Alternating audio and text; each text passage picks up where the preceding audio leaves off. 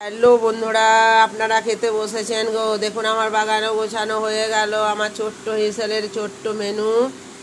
আজকের মেনুগুলো হলো, দেখো এখানে বলি, এখানে ডাঁটা, লাল ডাঁটা আলু দিয়ে একটু পোস্ত করেছি। এখানে একটা আমের আচার আছে, আজকাল কোনো চাটনি করি নাই। আর এটা হচ্ছে মাশরুম কচু দিয়ে আলু দিয়ে একটা ঝোল করেছি। আর দেখো খেতে দারুণ লাগে, সর্দিতে ভালো লাগছে না। আর আমাদের এখন সব নিরামিষ। হ্যাঁ, ওই একটু দে। আমাদের এখন সব নিরামিষ হয়ে গিয়েছে, সেই জন্য মাশরুম খাচ্ছি। মাশরুম খেতে অবশ্য ভালো লাগে। এই দেখো, মাশরুমের কচু দিয়ে আলু দিয়ে মাশরুমের ঝোল, আর তার সাথে একটু করে কাঁচা পেঁয়াজ। এই গ্রীষ্মকালে আর আমার তো প্রচণ্ড সর্দি করেছে। দেখো কত কম ভাত নিয়েছি, দেখো অল্প ভাত নিয়েছি, সেটা খেতে পারবো কি না জানি না, ভালো লাগছে না।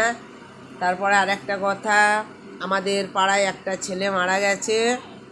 শ্বশুরবাড়িতেই থাকতো, বিয়ে করে শ্বশুরবাড়িতে থাকতো, তো ছেলেটা মারা গেছে, খবর এসছে আজকে মারা গেছে। সেটাও শুনে কিন্তু মনটা খুব খারাপ।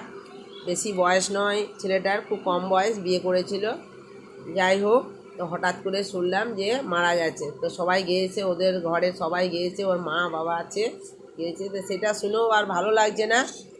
ভাত খাবো কী করে, ভাত খেতে ইচ্ছাই করছে না। আমি খবরটা নিয়ে এলাম, ঘরে এসে বলছি দেখো আজ আর শুনে ভালো লাগছে না, ভাত খেতেও মানে ইচ্ছা করছে না। ছেলেটা আমাদেরকে ছোটোতে খেজুর, আম, হ্যাঁ, তালের সময় তাল আমাদের ঘরে দিয়েও গেছে। যখন ছোট ছিল তখন হাতে বিস্কুট দিতাম, 2 টাকা 1 টাকা করে পয়সা দিতাম ছোটোতে, তো দিয়ে যেত। সেগুলো মনে পড়ছে আজকে। ছেলেটার বেশি বয়স নয়।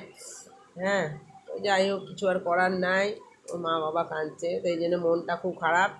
ভাত খেতে রুচিও হচ্ছে না, শুনে এলাম। ওইদিকে শরীরটাও ভালো নাই।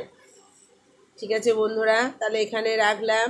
যদি আমার এই ছোট্ট হিসানের ছোট্ট মেনু ভালো লাগে, অবশ্যই লাইক কমেন্ট করবেন আর ভিডিওটা দেখবেন। এবার আমরা খেতে বসবো, এখানেই রাখলাম।